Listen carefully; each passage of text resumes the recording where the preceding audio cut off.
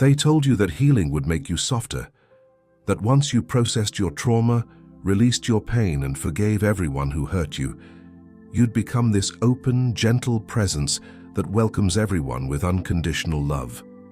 This is a beautiful fantasy, and it has nothing to do with what actually happens when an empath completes their psychological transformation. Jung spent years documenting the final stage of individuation, and what he observed would disturb most people who romanticize the healing journey. Because the final form of a healed empath isn't someone who loves everybody. It's someone who can't be touched by anybody operating from unconsciousness, not through boundaries you have to defend, through a frequency shift that makes you fundamentally incompatible with dysfunction. Let me show you what this actually looks like in operational terms. Before integration, you needed people to see you. You needed validation for your perceptions. You needed acknowledgement that what you experienced was real. Someone gaslighted you, and you spent hours, days, months trying to prove to them that their version of reality was false. You collected evidence, you replayed conversations, you documented inconsistencies, all because some part of you still believed that if you could just show them the truth clearly enough, they would finally see it. The healed empath doesn't do this, not because they've learned better communication strategies, because the need itself has been surgically removed from their psychology. You no longer require external validation for your internal knowing. When someone denies your reality, you don't argue, you don't explain, you don't gather proof. You simply observe that this person cannot see what you see, and you file that observation under relevant data. Then you act accordingly. This is what Jung meant by psychological autonomy. You've severed the unconscious attachments that made other people's perceptions matter to your sense of self. Their agreement is irrelevant. Their understanding is unnecessary. Their acknowledgement changes nothing about what you know to be true. You used to over-explain everything. Why you made that decision, why you need that boundary, why you can't continue in that relationship. You offered justifications because you believed that if people understood your reasoning, they would respect your choices. The healed empath knows better. People don't disrespect your boundaries because they don't understand them. They disrespect your boundaries because your boundaries inconvenience them. And no amount of explanation will make someone value your needs if they're fundamentally invested in you not having any. So you stop explaining. You state what is, you act on what you've decided. And when someone pushes back, when they demand reasons or justifications or detailed explanations for why you won't do what they want, you recognize the manipulation immediately. Because conscious people don't require explanations for your autonomy. They respect it automatically. The final form of a healed empath delivers one-sentence boundaries with zero elaboration. I'm not available for that. That doesn't work for me. I've made my decision. No justifications, no apologies, no softening language to make the boundary more palatable, just clear, immovable statements of fact. Here's where it gets uncomfortable for people who still believe empaths should be universally accessible. The healed empath has developed complete immunity to emotional manipulation, not because they've built walls, because they've integrated their shadow to the point where guilt, obligation, and fear of abandonment no longer function as control mechanisms. Someone cries to manipulate you. You observe the tears without absorbing the emotion. You recognize the performance. You see the expectation that their distress should override your decision, and you remain unmoved. Not because you lack compassion, because you've developed the capacity to distinguish between genuine pain and strategic emotion. This is what Jung called conscious differentiation at its highest level.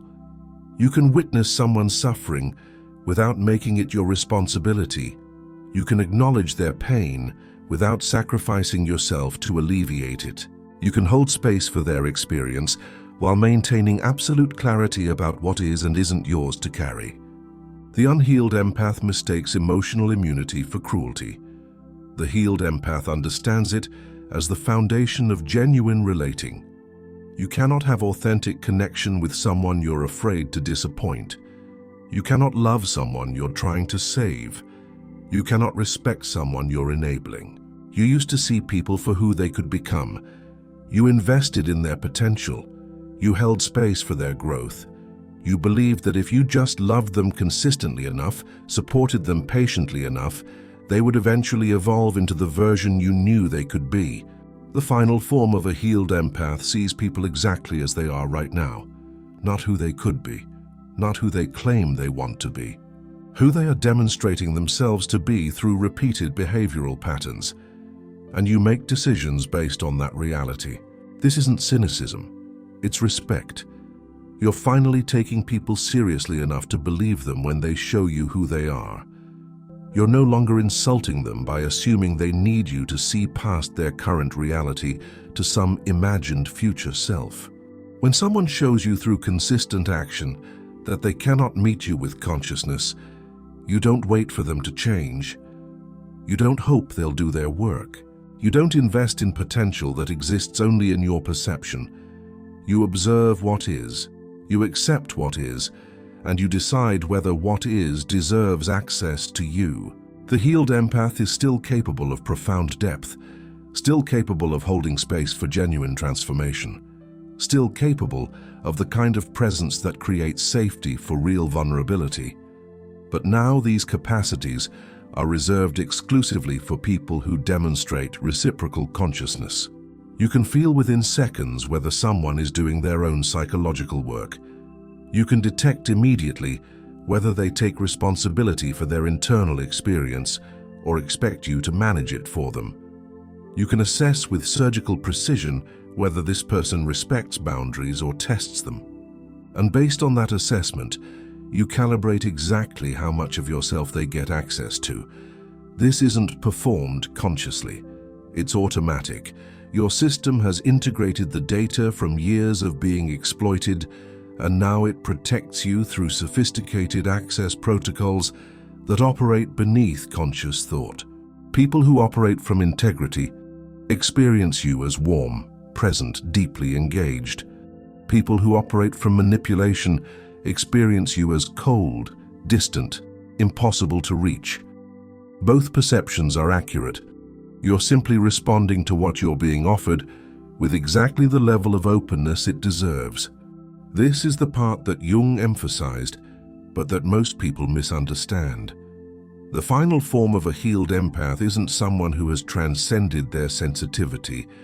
It's someone who has weaponized it, not for harm, for protection, for discernment, for the kind of clarity that makes unconscious behavior impossible to execute in your presence. You feel everything, but now you feel it without being destabilized by it. You see through every manipulation, but you don't announce what you see. You simply adjust your behavior accordingly.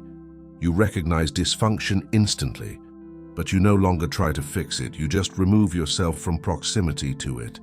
You've become what Jung called the individuated self, someone who has integrated both light and shadow, someone who can be gentle or severe depending on what the situation requires, someone who values their own peace more than they value being needed. And that version of you is not for everyone.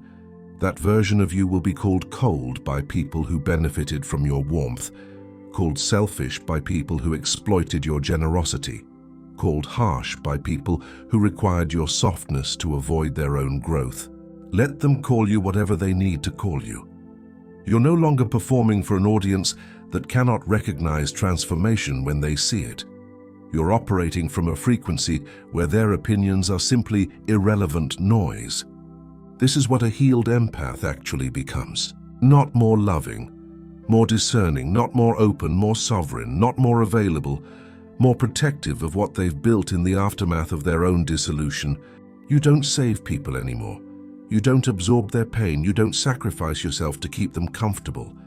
You observe, you assess, you decide, and you act with the kind of clarity that only comes from having died to who you used to be and chosen exactly who you are now. This is the final form, conscious, integrated, untouchable.